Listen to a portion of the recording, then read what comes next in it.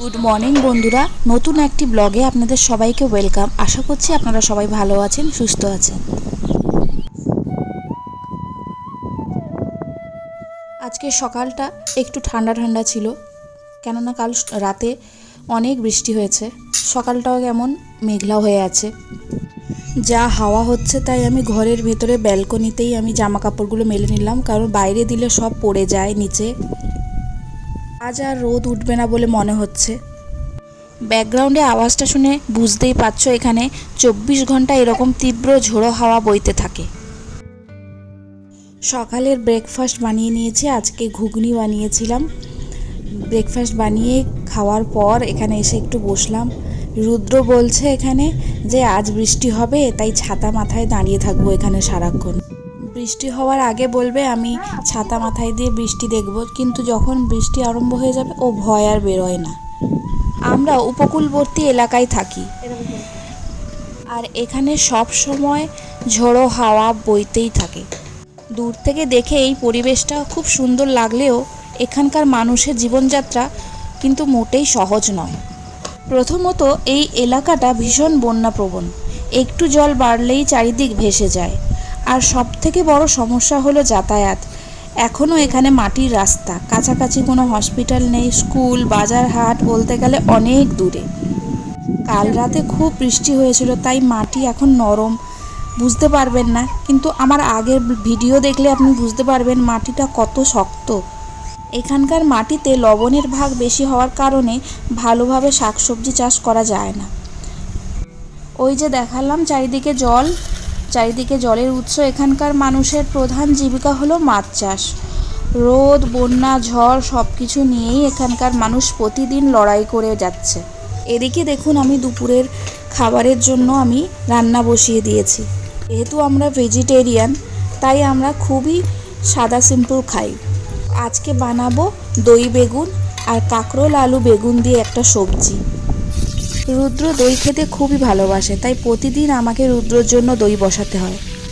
আজকে যখন আমি রান্নাঘরে রান্না করছিলাম, আমার ছেলে আমাকে এসে বলল, মা আমি রান্না করব। আমি ওর কথায় খুবই আনন্দ পেলাম। আমাদের সমাজে আজও ভাবা হয় রান্নাবান্না করাটা শুধু মেয়েদেরই কাজ, কিন্তু সত্যি কি তাই? রান্না হলো একটা বেসিক লাইফ স্কিল, যা প্রত্যেকটা মানুষের জানা উচিত। নিজেকে সুস্থ রাখতে বা টাকা ম্যানেজ করতে যেমন সবাইকে শিখতে হয়, তেমনি নিজের পেট চালাতে রান্না শেখা খুবই দরকার। কোনো ছেলে রান্না জানলে সে যে কারোর উপর দয়া করছে, এমনটা ভাবা একেবারেই ভুল। রান্নাকে একটা প্রয়োজনীয় স্কিল হিসেবে দেখা উচিত। আমরা সবসময় বাড়ির মেয়েদের বলি রান্নাটা শিখে রাখ, কাজে লাগবে, কিন্তু কখনো বাড়ির ছেলেদের বলি না যে রান্নাটা শিখে রাখ, তোরও কাজে লাগতে পারে। একটু ভেবে দেখুন তো, একটা ছেলে যখন পড়াশোনা বা চাকরি সূত্রে বাইরে থাকে, একা থাকতে হয়, তখন তাকে রান্নাবান্না না জানলে খুব অসুবিধায় পড়তে হয়। আর কতই বা কিনে বাইরের খাবার খাবে, তাতে শরীরও খারাপ করবে। রান্না শেখা বা রান্না করাটা শুধুমাত্র বাবুর্চির পরিচয় নয়। রান্না জানা থাকলে আপদে বিপদে নিজের খেয়ালও রাখতে পারবে। মা হিসাবে আমার একটা বড় দায়িত্ব হলো আমার ছেলেকে রান্না শেখানো, আর তার সঙ্গে টুকটাক ঘরের কাজ। কোনো ছেলে রান্না করে এক প্লেট ভাত বেড়ে খেলে সে কখনো ছোট হয়ে যায় না, বরং সে একজন স্বাবলম্বী মানুষ হতে শিখে যায়।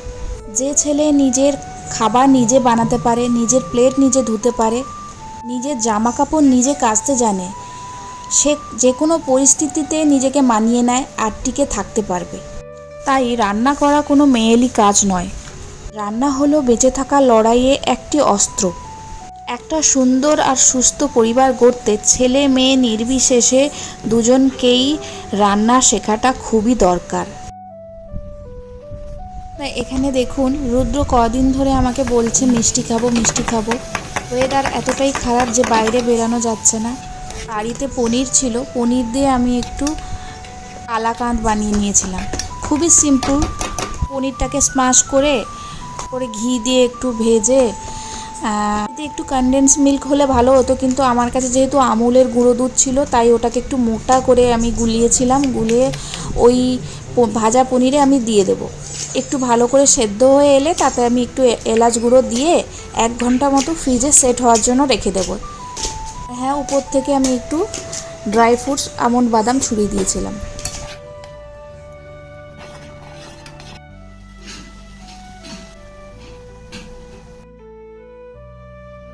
1 ঘন্টা পর আমি ফ্রিজ থেকে বার করলাম, খুব ভালোভাবে সেট হয়ে গেছে।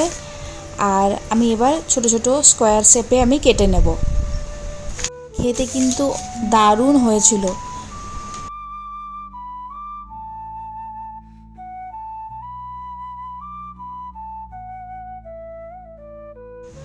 তো এখন বাজে বেলা 1টা। এখন আমি রুদ্রকে চান করিয়ে দেব। ওই যে তেল মাখিয়ে নিচ্ছি।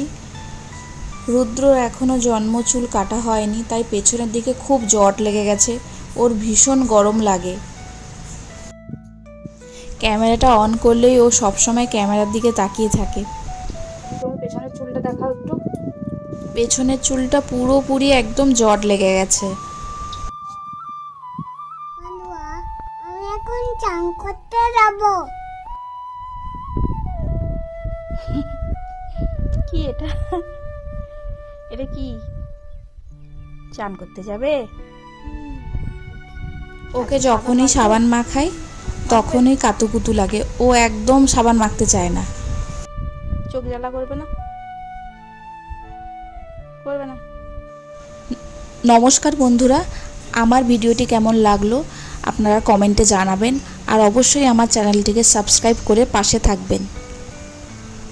এখন বাজে দুপুর 2টো। তো আমি এখানে আমার ব্লগটি শেষ করলাম।